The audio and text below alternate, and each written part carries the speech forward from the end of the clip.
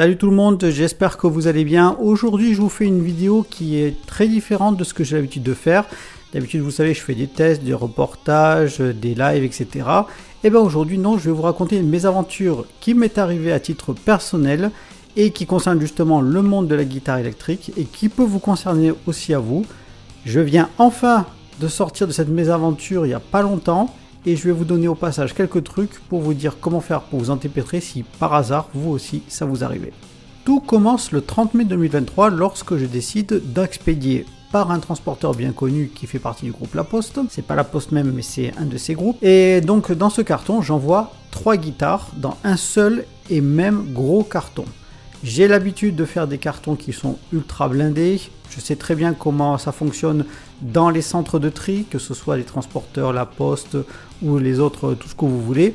Les manipulateurs, ils font rarement attention parce que ce sont des personnes que l'on met très souvent en pression. C'est un petit peu comme les transporteurs pour livrer les colis, que ce soit directement par le transporteur ou par des sous-traitants. On leur met une pression horrible, donc il faut aller très vite. Et c'est pas la douceur qu'on réclame, c'est de la rapidité, même si au passage, il y a un petit peu de dégâts qui sont faits sur les colis. Parce qu'en fait, la rapidité avec laquelle est livré un carton, c'est ça qui leur permet d'obtenir, on va dire, des points. On va dire, il y a un système de ranking, comme ils appellent ça, et qui leur permet de dire si jamais ils sont performants ou pas. Et c'est ça qui compte pour eux, avant la satisfaction client, bien sûr. Après, lorsque le client n'est pas content, c'est autre chose. Mais voilà, ce qu'on va leur demander, et surtout si ce sont des sous-traitants, ce qu'on va leur demander, c'est d'être très rapide et efficace en rapidité. Mais pas forcément efficace en qualité de manipulation des colis. Donc du coup, mon colis, je fais un gros colis, 3 guitares à l'intérieur que je mets dans des housses qui sont rembourrées, qui sont elles-mêmes entourées de rembourrage, parce que j'ai l'habitude de faire ça. Donc il y a du papier bulle, il y a des bulles de polyester, etc. Je renforce les coins du colis. Je sais très bien qu'il va être manipulé par des gros sauvages, surtout qu'il est un petit peu lourd celui-ci. Quand même, je suis prudent et au moment où j'arrive pour payer l'ensemble, je décide de prendre une assurance. Ça couvrait pas totalement les prix des guitares, mais ça couvrait une partie. Je me disais, bon, je suis plutôt quand même quelqu'un de confiant. Et puis je me dis, il n'y a pas de raison, mais je prends quand même l'assurance, on ne sait jamais. Et vous allez voir que j'ai très bien fait de prendre cette assurance. Je vais sur le site spécialisé pour payer le prix de mon colis que j'avais pesé précédemment parce que oui, évidemment, selon le poids et selon les dimensions, c'est pas tout à fait la même chanson. Pour rappel, depuis le Covid-19, La Poste ne prend plus des colis qui mesurent plus d'une certaine dimension. Alors, je vous l'affiche à l'écran là parce que je me rappelle plus exactement c'est combien qu'ils acceptent. Avant, ils acceptaient sans problème. Voilà, même si jamais au bout d'un certain poids, ils conseillaient plutôt de passer par un transporteur. Mais là, on ne sait pas pourquoi, depuis le Covid-19, voilà, tout ce qui mesure une certaine hauteur de colis, ils ne le prennent plus. C'était pour des raisons de sécurité par rapport au Covid. Bon, je ne suis pas dans le secret de la sécurité de la santé, mais il y a des choses que je ne comprends pas très bien. Ça marchait avant, ça ne marche plus maintenant. Bon, bref, passons. Je vais donc sur le site pour payer mon colis. Je prends l'assurance après avoir pesé mon colis. Et je décide de poser mon colis au bureau de poste de la ville dans laquelle j'habite. Déjà, première surprise, même si le transporteur fait partie du groupe La Poste, on me dit non, on ne le prend pas, vous êtes obligé de le déposer soit dans un point spécialisé de ce transporteur, et le mien il est vachement loin en plus, donc ça ne m'arrangeait pas, soit vous êtes obligé d'aller dans un centre de tri de La Poste qui sont habitués à prendre les très gros colis. En tout cas, nous, on ne le prendra pas. Bon, je ne comprends pas très bien, après tout c'est la même chose, on peut retirer des colis chez eux, mais on ne peut pas en expédier de chez eux. Bon, là encore, il y a des subtilités qui m'échappent, mais bon, ça, c'est pas grave à la limite. Ça m'oblige à faire quelques kilomètres de plus, et je vais donc déposer mon colis dans un centre de tri. J'arrive au lieu du centre de tri où je peux déposer mon colis. Je vois la fille donc à l'accueil à qui on fait la vérification d'usage, c'est-à-dire voir que tout est bien payé, que le poids correspond bien, etc. Tout est nickel. Et je précise que sur le carton, j'avais marqué en grand bien visible « Ne pas gerber ». Donc du coup, c'était impossible de le louper, ce qui veut dire que les gars, ils peuvent pas se jeter le colis comme des gros sauvages ou alors le faire tomber par terre très haut. Parce que bon, c'est vrai que moi aussi sur certains forums de guitare, j'ai lu des trucs qui faisaient vraiment très peur. Notamment par exemple un transporteur qui arrive pour livrer une tête d'ampli qui a fait je sais pas combien de kilomètres. Et juste devant la porte, le gars, il soulève le colis du haut de son camion sur la plateforme sur laquelle il est. et il balance la tête comme ça, il flingue bien sûr toutes les lampes de la tête d'ampli à l'intérieur. Voilà, des histoires comme ça, il y en a plein sur internet. Si vous avez envie de vous flipper un petit peu en tant que guitariste, je vous conseille d'aller faire 2-3 tours et vous allez voir que franchement, il y a de quoi attraper une syncope pour plusieurs cas. Mais bon, bref, c'est pas le sujet. Tout est bon, tout est conforme, ils prennent mon carton et moi je me dis c'est bon, nickel, ça arrivera en temps et en heure. Je vous l'ai dit, je suis quelqu'un de plutôt assez confiant à ce niveau-là. Monumentale erreur. Donc 3 jours plus tard, le colis arrive à destination et avant même que je reçoive la notification comme quoi ça a bien été livré, le destinateur m'écrit un message en me disant Manu, il y a un problème, le colis est arrivé très abîmé. Et moi je disais oh, j'espère qu'il me fait une blague. Sauf que non, c'était pas du tout une plaisanterie. Il me dit voilà, j'ai pris toutes les photos, j'ai fait toutes les réserves, ne t'inquiète pas, j'ai l'habitude, je sais comment ça marche. Et sache que comme tu es l'expéditeur, c'est toi qui vas devoir faire les papiers avec la société pour voir tout ce qui est remboursement de l'ensemble. Je dis ok d'accord, bah, le colis est arrivé abîmé, mais à l'intérieur est-ce que c'est abîmé? Oui, malheureusement, il y a 2 guitares au passage qui ont morflé. Alors là, je me suis décomposé parce que franchement, c'était le truc que je n'attendais pas du tout. Je pensais que tout allait être nickel, surtout avec le rembourrage. Et lorsque j'ai vu les photos que le destinataire m'a envoyées, j'ai dit « Ah non, c'est pas possible ». Ben regardez, je vous montre, voilà. Ce qu'on peut voir, c'est que très clairement, sur 2 côtés opposés du carton, ça a été ouvert et on voit bien que vu les marques, ça a été ouvert sciemment pour voir ce qu'il y avait à l'intérieur. Le seul problème, c'est que quand ça a été ouvert, bah, toutes les protections que j'avais bien calées au maximum pour pas que ça bouge, et ben ça a tout foutu le camp par les orifices qui avaient été pratiqués. Et résultat des courses, bah, tout l'intérieur avait bougé et 2 guitares ont été abîmées au passage. Voilà, bah, je vous montre les photos.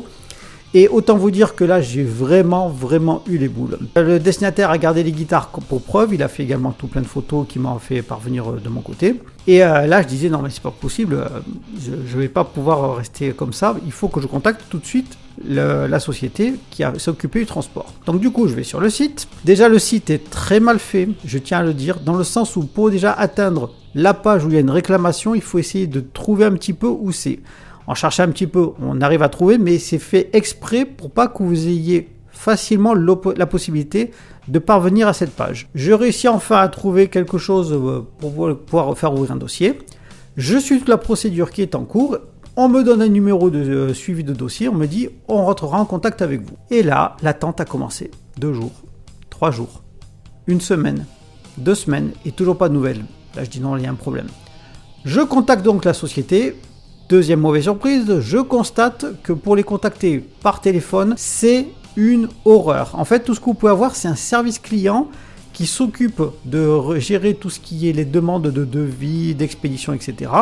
Mais par contre, pour tout ce qui est réclamation, c'est pas du tout eux qui gèrent, c'est un service qu'on ne peut pas joindre du tout par téléphone, c'est pas possible. Et eux-mêmes n'ont pas la possibilité d'ailleurs de transférer l'appel vers eux. Ils ont des consignes qui sont très précises. Je ne sais pas d'ailleurs si ce bureau il est vraiment en France ou alors il est délocalisé à l'étranger. Mais en tout cas, on nous fait bien comprendre que même si jamais on essaye vraiment de contacter le service assurance, bah, c'est mort, on ne peut pas les joindre. Donc déjà, bon, j'avais un peu les boules. Je donne le numéro de mon dossier. Et la dame me dit « Ah, je suis désolé, ce que vous avez fait, vous avez bien eu un bon numéro de dossier, ça a marché, mais c'est pas remonté jusque chez nous. Il faut que vous recommenciez. » Que ça fait plaisir. Le laissez passer en 38. Je dis bon bah écoutez, puisque il n'y a pas le choix, allons-y. Hein. Donc elle m'envoie un lien et dans ce lien, elle me demande de mettre les photos du dommage, donc des photos que les destinataires m'avaient envoyées, et pour que ensuite le service assurance rentre en jeu. J'envoie les photos et là l'attente recommence à nouveau, plusieurs jours, 1 semaine, 2 semaines, etc. Je dis bon, je sais très bien que je suis pas le seul, mais quand même, je pensais que ça allait un petit peu plus vite. Naïf que j'étais. Et en fait, donc, je les ai recontactés à nouveau. Je donne le numéro de dossier, le deuxième numéro de dossier, où on me fait comprendre que là, le numéro de dossier, il a fonctionné. C'est déjà un truc en moins. Et on me dit, oui, mais bon, par contre, il faut attendre, vous savez, ça peut prendre jusqu'à 6 mois. Pardon, 6 mois? Mais attendez, vous plaisantez là? Non, il faut attendre jusqu'à 6 mois, vous comprenez, vous n'êtes pas le seul, etc. Et effectivement, si vous allez sur internet, sur le site de ce fameux transporteur, des retards. Mais écoutez, je comprends pas. Je sais très bien que la France, c'est le pays des papiers, le pays de l'administration, mais là, faut quand même, c'est abusé, quoi. Et encore des trucs, c'est... Donc, du coup, je dis, mais qu'est-ce qu'on peut faire? Il y a un responsable qui vous rappelle demain sans faute avant 16h. Ok. Et là encore, je l'ai cru. Bah, bien sûr, jamais personne m'a rappelé, vous y pensez bien. Bah non, ils sont croulent sous les demandes, ils sont mis sous pression eux-mêmes, donc non, rien du tout, je peux me l'arrondir. Je réussis à trouver cependant sur Internet un numéro de téléphone qui est gratuit pour les personnes qui ont des problèmes dans mon genre. Je le note bien dans mon téléphone et j'essaye de les appeler. Tout le temps, je tombe sur ce répondeur, tous nos conseillers sont débordés, on essaye de faire le maximum et tout, ça peut prendre parfois 20 minutes, 25 minutes, heureusement l'appel est gratuit. Quand enfin je réussis à joindre quelqu'un, on me fait comprendre, c'est en cours. Moi je dis oui d'accord c'est en cours, mais c'en est où? Je ne sais pas, c'est en cours, c'est pas mon service. Et ça on va me le répéter pendant au moins 3 ou 4 fois à chaque fois que j'appellerai. Donc vraiment je vois qu'il y a vraiment une volonté de... cette fois-ci non plus dire qu'il y a beaucoup de monde qui ont des dossiers en attente, mais qu'il y a beaucoup de réclamations, mais qui font en même temps exprès de prendre leur temps, etc. etc. Retenez bien ça, vous allez comprendre ensuite pourquoi est-ce que je dis ça. Quand enfin, au bout de, allez, je vais dire 3 mois, voilà, facile, 3 mois, il y a quelque chose qui commence à se dessiner à l'horizon, donc je vous rappelle quand même que c'était fin mai quand c'est arrivé, donc fin mai, juin, juillet, août. Donc fin août, je reçois enfin une notification, et je reçois ça un lundi matin, vous savez quand vous êtes dans le coltard, vous devez retourner au travail et tout. Et là, qu'est-ce que je découvre? C'est la société d'assurance du transporteur, c'est même pas l'assurance à part, c'est un courtier qu'ils emploient, qui m'écrit. Et là, j'ai explosé de colère. Ils m'ont écrit en gros, écoutez, on a bien reçu tous vos documents, on a bien reçu votre demande. Simplement, nous estimons que le carton de départ n'était pas assez solide. Donc, vous êtes responsable et selon la réglementation qui est en vigueur, nous ne vous rembourserons rien du tout. Alors autant vous dire que là par contre, j'ai changé de couleur, j'ai commencé à cracher des flammes, j'étais en train de hurler dans tous les sens, parce que là, non seulement je me sentais vraiment spolié par rapport à cette affaire, mais en plus on me fait comprendre que tout est de ma faute, alors que c'est eux les fautifs, malgré les photos que j'envoie. Ah non, là ça passe pas du tout. J'ai renvoyé un nouveau email directement à la société de courtage, et je leur ai dit, écoutez, vous êtes bien gentils, je vous envoie vous directement les photos, toutes les photos, parce que oui, ce que je vous ai pas dit aussi, c'est que précédemment, on nous fait charger des photos, mais seulement 3 photos. Là, il fallait que j'en mette beaucoup plus, parce qu'il y avait des dommages un petit peu partout sur le carton. Donc du coup, là, j'ai dit, je ne vous envoie pas 3 photos, je vous en envoie toutes, tout ce qu'il y avait sur le colis. Et là, vous ne pouvez pas dire, on ne savait pas. Et là, à nouveau, l'attente recommence. Alors là, j'ai attendu beaucoup moins longtemps, j'ai attendu une dizaine de jours. Deuxième mail de la société de courtage, qui me confirme que non, c'était ma faute, que le carton n'était pas bien fait au départ, et que s'il avait été assez solide dès le départ, eh ben, j'aurais pas eu de problème à ce niveau-là. Non, mais alors là, j'ai cru que j'allais exploser. J'ai dit non, là, je ne peux pas, je peux pas. Là, une mauvaise foi comme ça manifeste, doublée de mensonges, non, là, c'est pas possible. Et donc, du coup, je renvoie encore un email, je suis pas d'accord, je conteste, blablabla, je menace donc d'aller en justice. Et on me dit, ok, ben voilà un nouveau numéro de suivi, encore un, oui, gardez tout, parce que vous allez voir, c'est une catastrophe dans ce genre de cas. Et on vous dit, vous devez attendre. Et moi, pendant ce temps-là, j'étais en train de ruminer ma colère et de dire, mais c'est pas vrai, mais on se fiche de moi. Mais comment est-ce qu'on peut faire ça? Et je comprends qu'en fait, c'est de la mauvaise foi, parce qu'en fait, ils veulent décourager les personnes qui ont des problèmes avec eux. Ça prend beaucoup de temps, et au bout d'un moment, usé par le temps, usé par les refus, bah, très souvent, ce qui se passe, c'est que les personnes qui expédient des colis et pour lesquels il y a un problème, eh ben, elles se découragent et elles disent tant pis, je laisse tomber. Ouais, mais voilà, imaginez lorsqu'il s'agit de quelque chose qui a beaucoup de valeur, que ce soit sur le plan sentimental ou financier, et qu'on vous sort un truc comme ça, bah alors là, il y a de quoi envie de tout casser là. On y va avec une baramine, on éclate tout le monde. Bon, c'est pas la solution, mais c'est vrai que ça te soulagerait un petit peu sur le coup. Bref, toujours est-il que là je me suis dit, je ne peux pas rester comme ça, il faut que je trouve une solution. Alors est-ce que je contacte Que Choisir, 30 millions de consommateurs, je sais pas. Et là d'un seul coup, illumination. Après avoir consulté un petit peu tout internet et retourné et avoir découvert l'envers du décor de toutes les personnes qui ont des problèmes avec cette société, je me rappelle que pour une petite poignée d'euros, même pas un truc comme ça insignifiant que je paye tous les mois auprès de mon assurance, eh ben, j'ai une protection juridique. Et je me suis dit, est-ce que ça pourrait pas rentrer en ligne de compte? Et ma femme me dit, si, je pense que c'est pris en compte, tu devrais les contacter. Je lui dis, bon écoute, t'as raison, je vais les contacter, je vois ça. Et bien vous savez quoi? Il n'y a pas à dire, mais dès que j'ai raconté mon cas, tout de suite, mais vraiment tout de suite, la fille que j'ai au téléphone de mon assurance, elle me dit, oui, pas de problème, on prend en charge ça, allez-y, envoyez-nous tout ce que vous avez eu comme échange avec eux en email, envoyez-nous toutes les photos, donnez-nous toutes les dates, bref, faites-nous un dossier ultra complet, et nous, on va se charger du reste. Et bien, vous savez quoi, mine de rien, ça déjà, ça aide à remonter le moral dans ce genre de cas. Moi, entre-temps, je reçois un nouveau mail de la société de transport qui me dit il nous faut la facture de réparation de vos guitares. Mademoiselle. Je dis quoi? Facture de réparation? Mais attendez, vous m'avez pas demandé ça lorsque vous m'avez mis des refus. Ah non, mais il nous faut les factures de réparation. Je dis, mais madame, 1, on m'a pas dit qu'il fallait ça. 2, je ne fais pas réparer des instruments si je ne fais pas un devis d'abord. Parce que si jamais je fais réparer, mais qu'ensuite vous me refusez, non, ça marche pas. Donc je vous envoie un devis. Ah, d'accord, ok, ben envoyez-nous le devis. Je vous envoie un nouveau lien, vous cliquez dessus, vous chargez le devis, etc., etc. Je demande un devis de réparation et on me dit, voilà, ça coûterait tant pour faire la réparation des instruments qui ont été abîmés. J'envoie le devis et bien sûr, plus de nouvelles du tout de la part de la société de transport, rien du tout. Si ce n'est encore un nouveau refus pour me dire, bah non, on refuse, c'est le problème à l'origine, c'était le carton qui n'était pas bien fait. Vous êtes responsable, donc on ne vous rembourse rien. Sauf que, entre le moment où moi j'ai téléphoné à mon assurance et le moment où ils ont envoyé des nouvelles, il s'est passé que 2 jours. Et en 2 jours, ma société d'assurance, donc la protection juridique, elle m'a mis un dossier en béton armé en me demandant 2-3 petits documents qui me concernaient moi personnellement, carte d'identité, mon lieu d'habitation, etc., qui ça allait leur servir pour faire un dossier pour montrer que en fait, il y a vraiment de la mauvaise foi qui est là derrière. Donc ma société d'assurance envoie le papier avec le dossier en béton armé, explique en quoi est-ce que la société est fautive avec les photos à l'appui, etc., etc. Et bien vous savez quoi? Et bien figurez-vous qu'il y a quelques jours de ça, j'ai reçu enfin un email de la société de courtage de transporteurs me disant « Ok, on va vous rembourser sur la valeur de la réparation qui est demandée par les devis que vous nous avez fournis.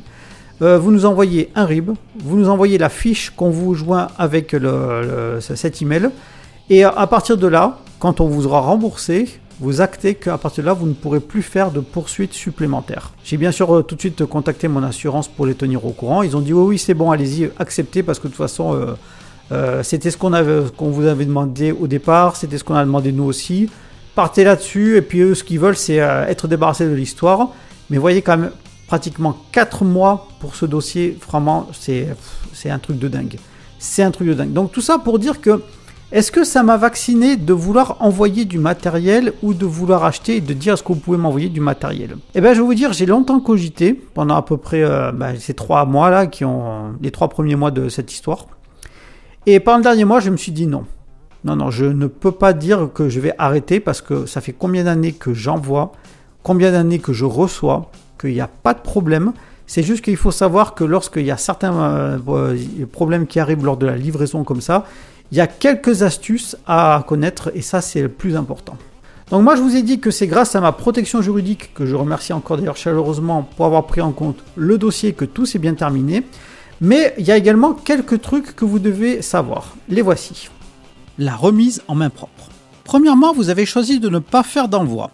On peut refuser de faire un envoi de matériel, c'est un choix qui est rassurant pour le vendeur et qui a ses avantages. Grâce à cela, on peut privilégier le paiement par espèce et ne pas s'embêter de devoir faire un colis, surtout si on n'a pas trop l'habitude, et de ne pas se soucier de savoir si le colis est endommagé ou perdu.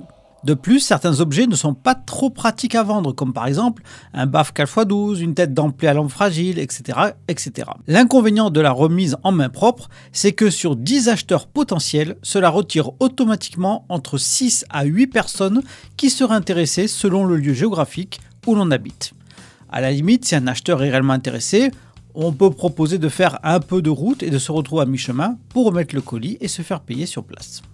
L'envoi. Vous êtes motivé pour faire un envoi? Pour faire un envoi en limitant les soucis, il faut des cartons et des protections. Pour en trouver facilement et gratuitement, faites un tour en fin de journée près des grands containers jaunes des magasins de la grande distribution, de matériel hi-fi ou informatique et naturellement des magasins de guitare. Ils jettent toujours des dizaines de cartons par semaine. Ils seront plus que ravis de s'en débarrasser. Il ne reste plus qu'à acheter du Chatterton et cela devrait suffire. Le meilleur moyen d'emballer un objet, quel qu'il soit, c'est le principe de la boîte dans la boîte. On emballe l'objet dans un carton qui sera lui-même à l'intérieur d'un carton rempli de protection. Ne jamais faire de colis trop petits. C'est le meilleur moyen qu'ils se perdent, même s'il y a un numéro de suivi. À ce compte-là, mieux vaut privilégier les enveloppes à bulles. Pour une guitare à manche vissée, proposez l'envoi avec le manche dévissé. Cela permet de mieux emballer la guitare, mais aussi de réduire les dimensions du colis. Pour les guitares à manche collée, la meilleure option reste l'étui rigide qui sera lui-même emballé à son tour. Pour les amplis, baffles et autres objets fragiles, ne pas hésiter à bien remplir le colis de protection en les tassant comme il faut. Il faut vraiment que rien ne bouge, plus rien du tout. Mettre des plaques de polyester rigides si nécessaire, surtout pour des baffles afin d'éviter que les grilles de HP ne soient endommagées.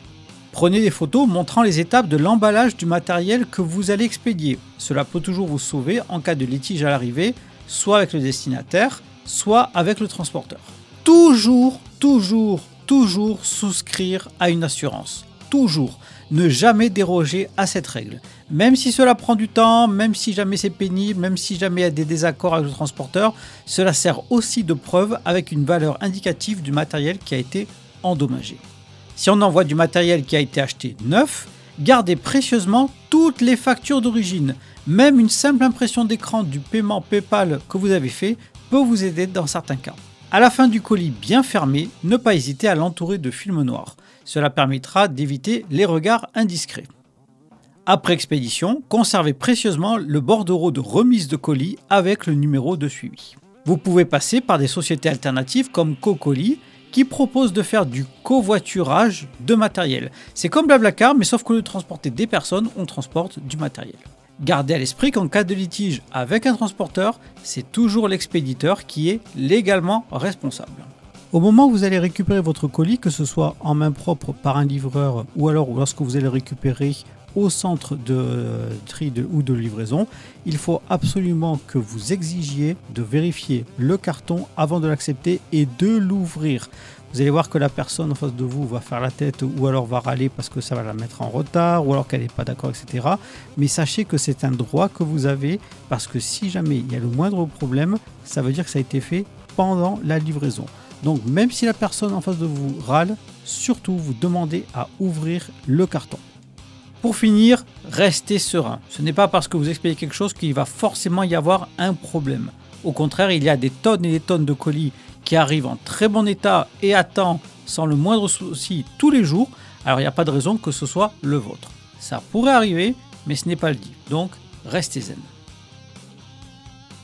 Voilà, c'était un petit peu long, mais au moins comme ça je vous ai raconté toute l'histoire, à quel point j'ai galéré. D'ailleurs, je tiens à préciser que lorsque j'habitais à Perpignan, cette société de transport, je n'ai jamais eu un seul problème auparavant, mais jamais.